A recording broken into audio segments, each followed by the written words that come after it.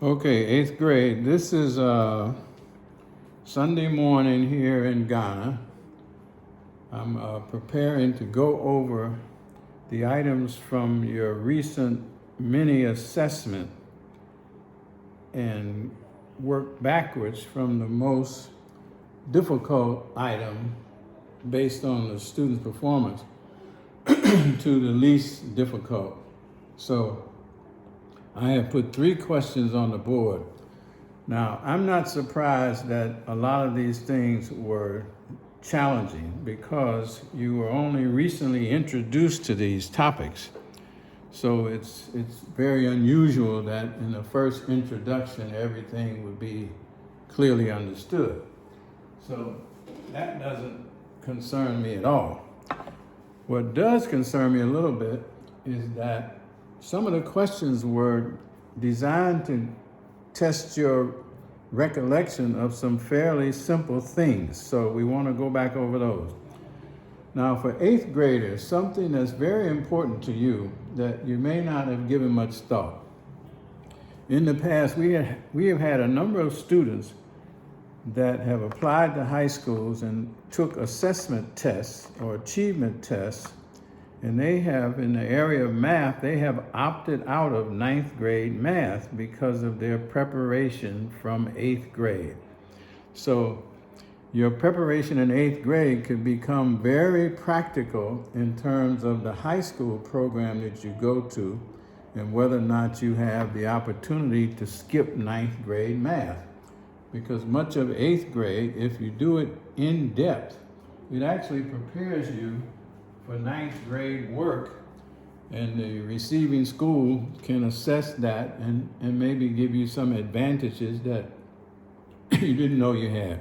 So I'm going to go through these 3 questions, and I'll stop the tape, get the next questions lined up. I think there are about 10 questions that we have to go over in this session. You'll practice them more this week, and hopefully we'll get a real firm handle on what the questions are asking, how you deal with them, and how you recognize shortcuts when you see them. So the first question here is an equation. 1/8 times the quantity 8x minus 8 equals 4x plus 8. Now the questions here is what you really have to get a sense of. If you see equations like this, the typical question is going to be, is there a solution to this? If so, how many possible solutions are there? If not, then there are no solutions. Or maybe there's only one solution. So you only have 3 things to think about. Either there's one solution to this, no solutions to it, or an infinite number of solutions. So in this space right here, I'm going to put some symbols there. Either there is one answer, there are no answers, or there is an infinite number of answers. So these types of questions is only assessing your understanding of this concept.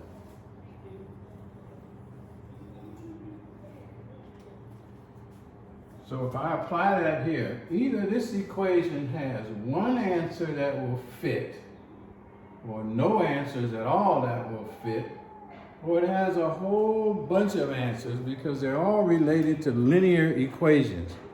So you know linear, there's an infinite number of points on a line because the line goes on in both directions to infinity.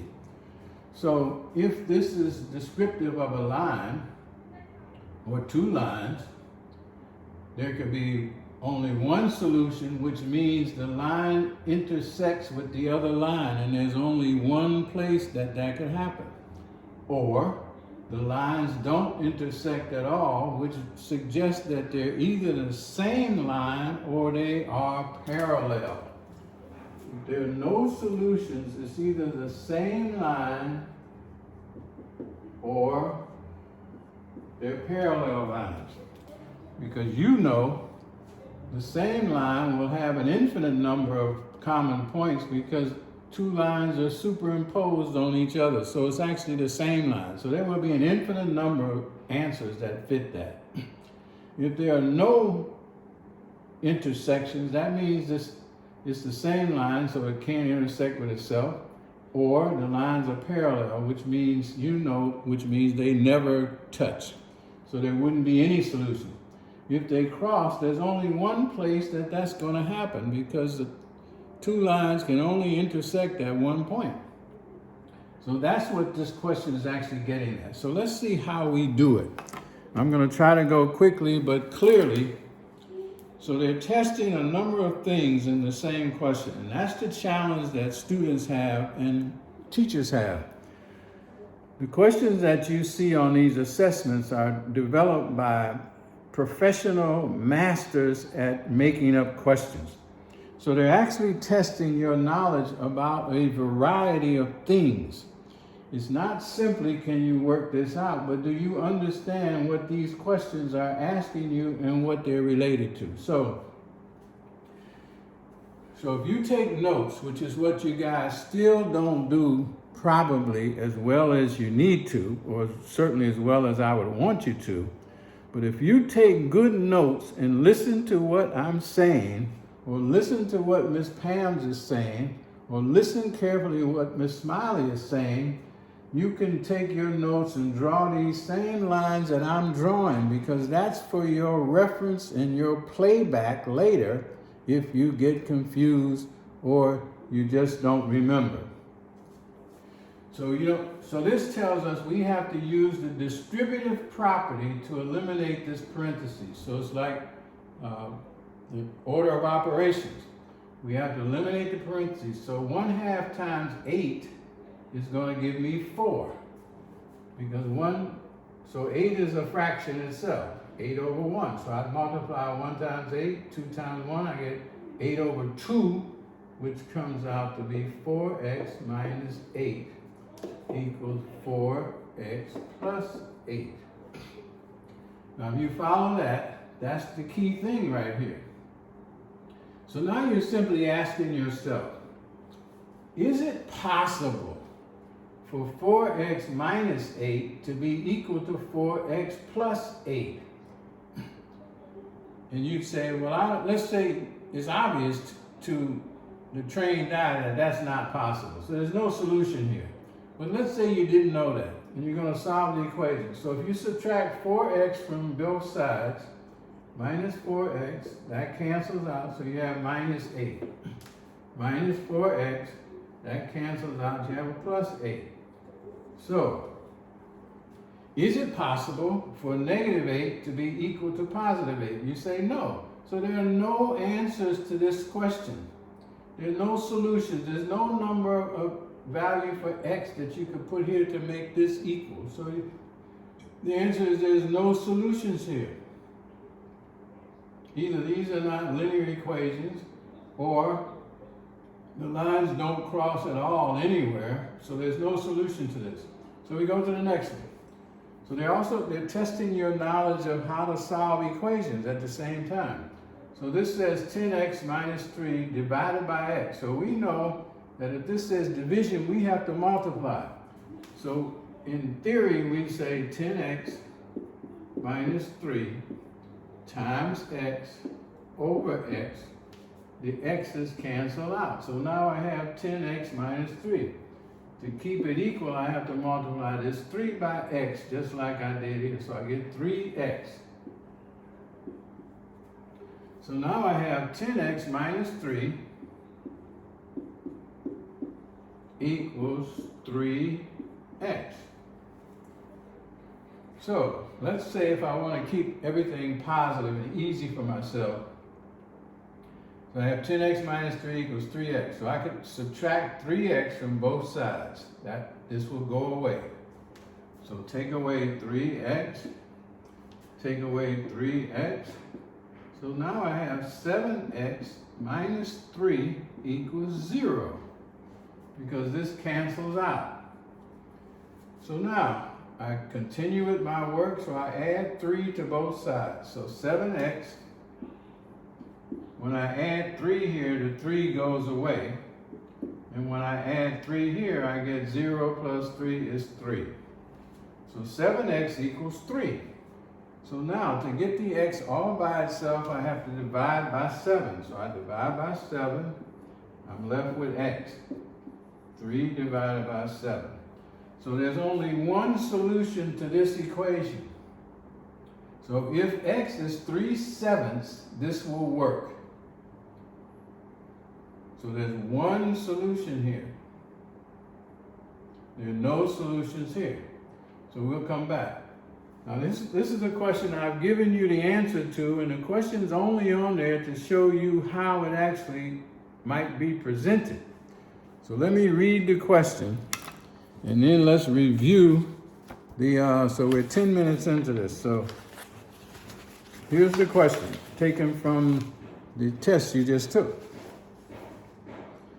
It says triangle ABC, which I haven't drawn it really that good, but triangle ABC is similar to triangle XYZ.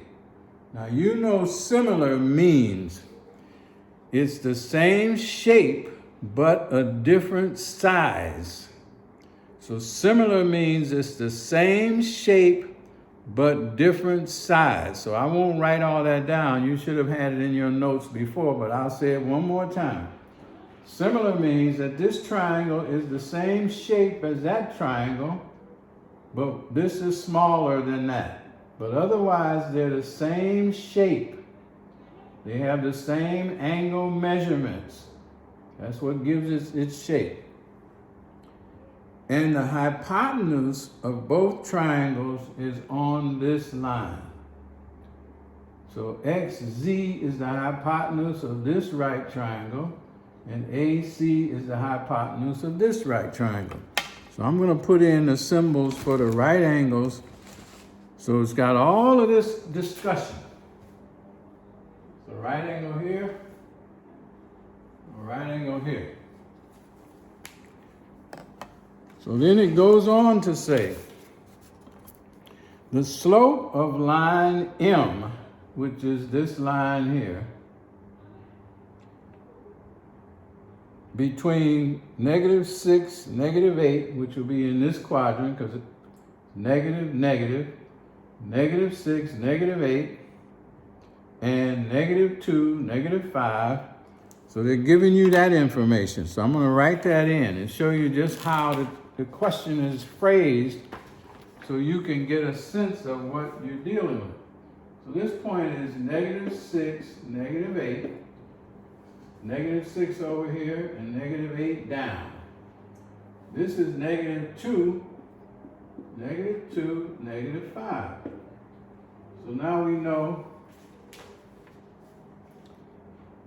and the slope of this line is, they say is 3/4. So M equals 3/4. Now just as a quick review, if you followed before, if you didn't, write it now. So the slope means for every 4 units this line moves along X, it goes up 3. So this is called the run. Left and right is the run, and up and down is the rise. So let me write that down. So you write it down. M equals the rise over the run. So that means as this runs along the x-axis, it rises on the y-axis every time it moves 4 units, it goes up 3. 4 more, up 3. 4 more, up 3. So we know the line is going up. You should know the line is going up simply because 3/4 is positive. You know that if the slope is positive, that means to you, a sophisticated student of linear equations, the mere fact that they tell you this is positive, you know that line is going up. If it was -3/4, it'd be coming down. Now here's what they want to know. They want to know from you, what is the slope of this line between X and Z? They want to know what is that slope? And they give you 4 options. Now, if you are astute and you took notes and you highlighted what I said, all of this conversation that I've gone through doesn't mean anything, because you should know that the slope on a line, I don't care where you determine the slope, is going to be the same. So the fact that this is on the same line means the slope, if this slope is 3/4, it's 3/4 everywhere. So all that reading that I just did doesn't mean anything, because you're just going to go to the option they have, which is option A, that says the answer, the slope here is 3/4. The same as the slope here. So the key thing here is for you to understand what I've said before, that the slope on a particular line is the same in every place on that line. I don't care how far away it is. The slope is still the same, because the slope tells you for every 4 you go up 3, 4 up 3, 4 up 3, 4 up 3. That's going to be the relationship all the way on this line.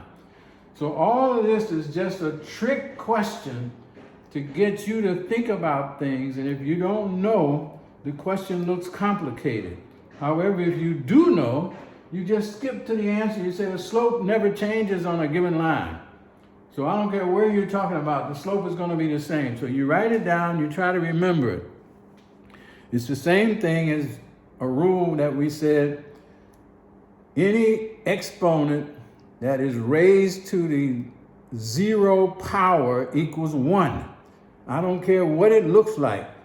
This is the same principle with a line. The slope is the same anywhere on the line. You tell me the slope, and I don't care where you're talking about, the slope is still the same.